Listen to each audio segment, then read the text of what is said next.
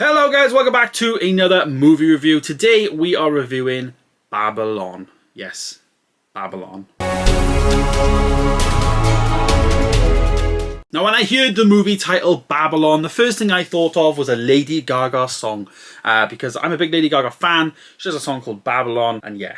Anyways, sidetrack. This movie stars Brad Pitt, Margot Robbie, and I have got to say, Margot Robbie steals the show. She does arguably the best performance I've ever seen her done since Wolf of Wall Street. Like, I think it's better than Wolf of Wall Street, her performance. Like, she steals this movie, in my opinion. I think Brad Pitt, for me, wasn't as good. I think I've seen him in better. I think Brad Pitt was probably better in Bullet Train, really, and I didn't really like that film. But I think he was a better actor in that movie than he was this one.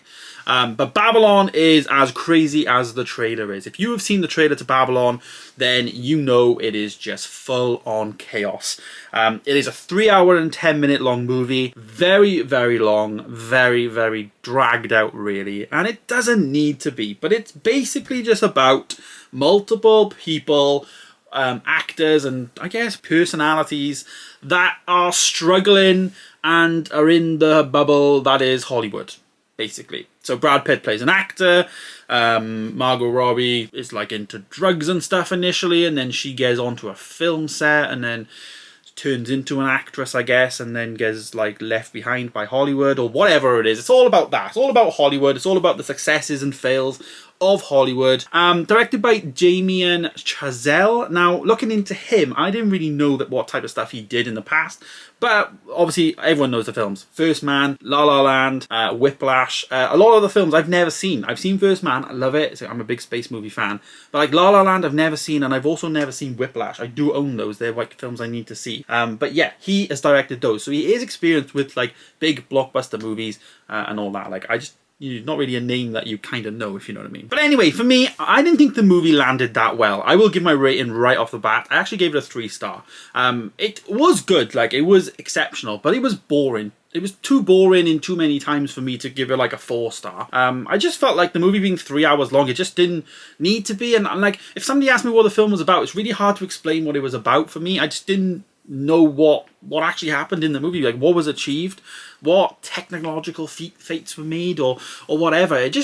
I don't know, it just felt a bit dull, you know, other than like the amazing like costumes and sets that were there. Like they had this like insane scene where like there was like music and dancing and all that at the beginning, and it was really engaging and I was really hooked, you know, at that initial scene. But I just was a little bit like, I guess, let down by the rest of the movie afterwards. I think it started really well for me, and it just tailed off ever so slightly until the end of the film. But as I say, Margot Robbie's performance for me was peak. I thought she was brilliant. Really surprised she didn't get nominated for an Oscar, in my opinion. I thought that the music and the score of the movie was brilliant, so it's nice to see that has been nominated for best sound mixing or whatever it is in the movie, because I thought that was brilliant, like excellently done. And yeah, as I say, I just think for me it was just, it's better placed being like a 3-star. I was pretty bored throughout the film to give it like a 5-star, 4-star. But I can understand why like big critics and movie reviewers would give it like a 5-star, because it is like exceptionally looking, but just for me personally, it just didn't land in my brain very well.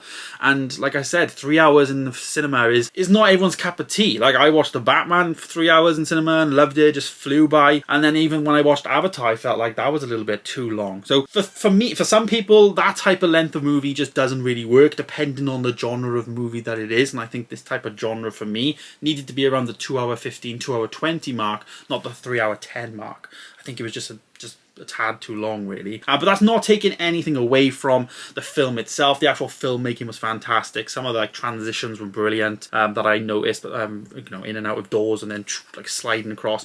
There were some real cool transitions in there. They were definitely like a particular style, and that just fed me the director, basically. I thought that was just the director down to a T, which means I need to go and watch more of his stuff, because I really liked some of his like direction and the look and style of it. I really did enjoy, but I just think it was just a bit too long. So yeah, it's just one of those. Nothing bad to say really about Babylon other than 3 stars. I did have to knock it down by 2 stars. But yeah, there it is. There is Babylon's review. Let me know your thoughts down below. Do you agree with me? Do you not agree? Have you seen it? Are you going to see it? Let me know your thoughts down below. And of course, thanks for watching today's video. Subscribe if you are new, and I will see you in the next one.